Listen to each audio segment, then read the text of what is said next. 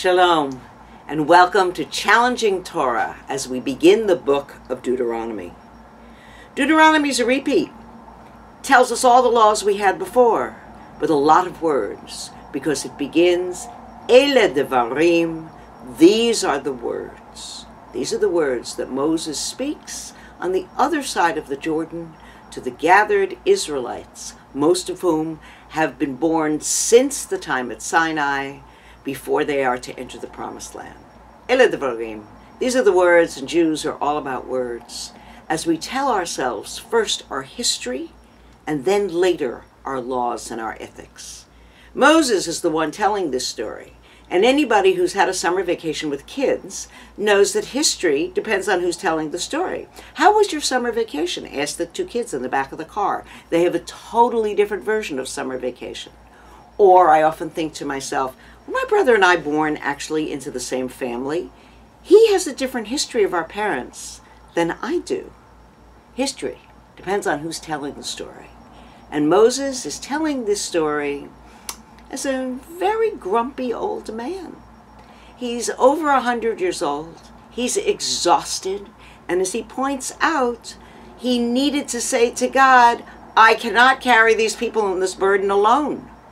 And therefore, a judge system is put together and elders, because Moses can't even handle the beginning of the story before the 38 extra years that they spend in the desert. And so as Moses tells the tale through his lens, it's not with a great amount of self-reflection. He's not telling the story as the guy who beat up some Egyptian and killed him. And that doesn't feature in the story of the Jewish people for him. Nor Moses in the baby basket is not part of his story. He starts from Sinai, where this is really the covenant, as he sees it, with the Jewish people, and tells the history of what happened from the moment that they leave Sinai and turn into the desert.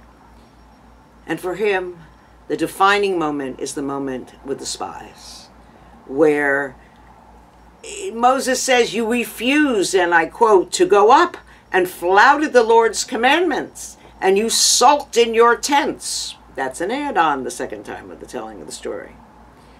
Well, we hear from the Jews who repeated to him, but there were people stronger and larger than we, and they were giants, Anakites, we couldn't possibly. That's a different history and a different story. Dvarim is the story from Moses' point of view, and not from a mother and her children through the wilderness, and not from a water carrier or slave, but Moses as leader, and he's tired. And so the rest of this portion is about, as Moses says, you saw how the Lord, your God, carried you as a man carries his own son to this very place, yet you all have no faith in the Lord.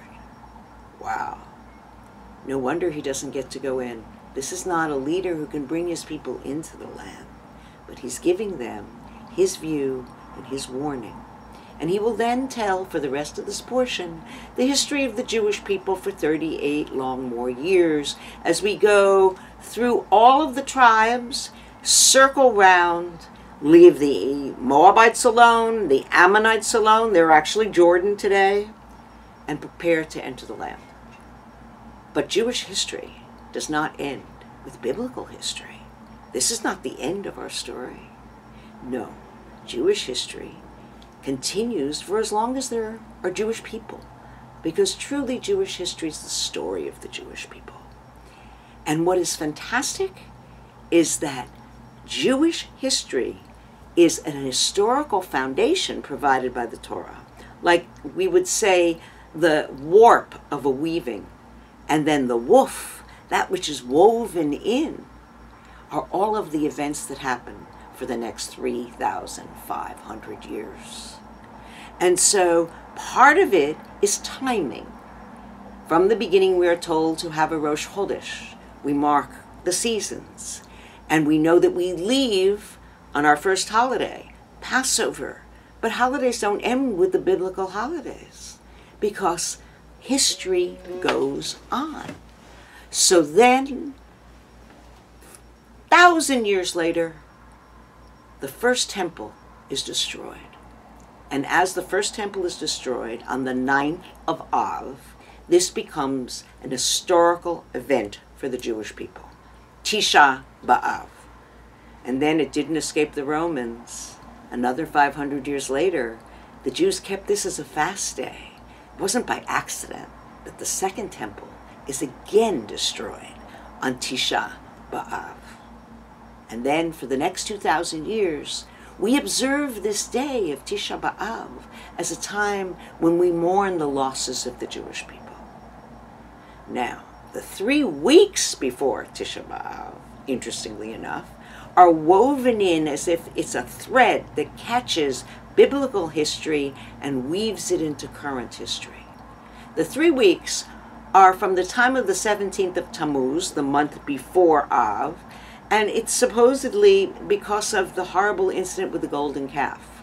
But it's called Between the Pieces, Ben Abtarim, which goes back, another jump back to Abraham. It's named after Abraham putting out a sacrifice, Ben Abtarim, Between the Pieces. We don't quite get how that all hangs together, but the tapestry of Jewish history continues to unfold. And it unfolds in our time as well, because we are a Jewish people, and we continue to tell our story. So now, in 2014, this has been the most difficult 3-week period that I can ever remember. Jews face destruction. It happened again. It's a recurring story.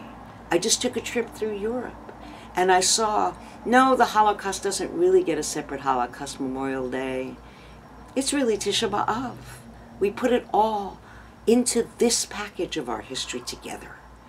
And so, as we end this Ben Abtarim, this time between the pieces, it's been a time of great suffering.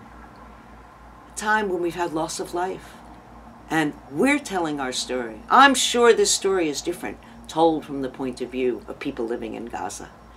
And if we are ever to have peace, we need to learn to listen to other people's stories. Our War of Independence, 1948, is their Nakba, their destruction. We need to acknowledge that. But it is still our history and our pain and our Jewish history story. And more than ever in these 3 weeks, I felt that we are bonded as Jewish people. Come, join us on Saturday morning as we look at our own stories together. And join us on Monday evening, the 9th of Av, happens to be the 4th of August, at 7 o'clock, as we once again recount the history of our people and find our own place in it. Shabbat Shalom.